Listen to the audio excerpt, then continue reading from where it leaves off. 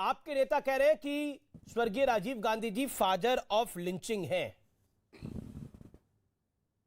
अमित मालविया ने यह ट्वीट किया।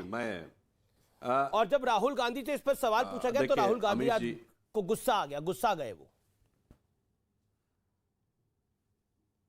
देखिए, मैं राहुल गांधी जी की बात से सहमत हूं कि उन्हें 2014 से पहले लिंचिंग शब्द नहीं सुनाई पड़ा था, क्योंकि जब आदमी सत्ता के मद में मदांध होकर सत्ता के रथ पर सवार हो और चारों तरफ चाटुकारिता के नगाड़ों का निनाद उसके कानों में गूंज रहा हो, तो कभी मारे गए हजारों लाखों लोगों का करुण क्रंदन और आर्तनाद उसे सुनाई नहीं पड़ता है।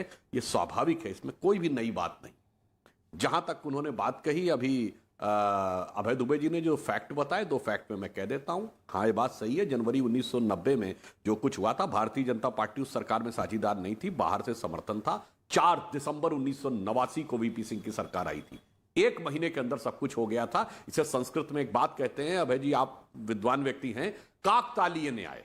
यानी एक डाल खोखली हो गई थी, पेड़ गिरने ही वाला था कि अचानक एक पक्षी आकर उस पर बैठे और कहा जाए पक्षी के भार से पूरा पेड़ गिर गया। ये वैसी बात थी। 10 साल तक आप लोगों ने जो बोया था कश्मीर में, वो केवल 30 दिनों में की सरकार में नहीं हुआ था, वो सब कुछ हुआ था। जहां तक स्वर्गीय राजीव गांधी जी की बात है, बिल्कुल सही बात है। अरे उसकी बात क्यों कर रहे हैं? अभी श्री हरमिंदर साहब में जो कुछ हुआ, ना उस पवित्र स्थान की गरिमा को बचा पाए, ना उसके बाद हुई लिंचिंग को बचा पाए। चलिए उसके बाद याद करिए, अभी भीमापुर कोरेगांव के समय मीडिया के ऊपर पूरा हमले हुए, कई ओबी वैन्स तोड़ी गई, समर्थन है उसके बावजूद। 2012 मुंबई आजाद मैदान, तब तो दोनों जगह आपकी सरकार थी, प्रदेश और केंद्र में।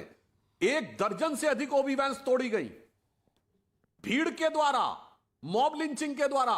उसके ऊपर शांति। अरे वो सब तो सेक्युलरिज्म के संगीत थे साहब। हर दिन, हर जुमे की नमाज के दिन श्रीनगर में से एक भीड़ निकलती थी, पथराव करती हुई, नारे लगाती हुई। वो तो सेक्युलरिज्म का सुंदर संगीत था। दक्षिण में केरल में आइए तो एक भीड़ आती थी और हेडमास्टर जोसेफ का हाथ काट देती थी। वो तो सेक्युलरिज्म के लिए चढ़ाई गई भेंट थी।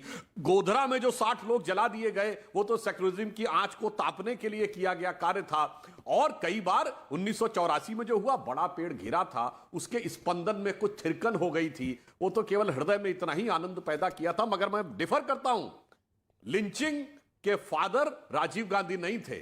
जब यह देश आजाद हुआ, 10 लाख से अधिक लोग मारे गए और भीड़ के द्वारा खींच खींच कर मारे गए। 1.5 करोड़ से ऊपर लोग बेघरबार हुए, भीड़ के द्वारा सुनियोजित हिंसा के द्वारा हुए। मगर कहा गया वो तो हमें एक बगैर रक्त का एक बूंद बहाए आजादी मिल गई थी, शांति के कबूतर उड़ गए थे।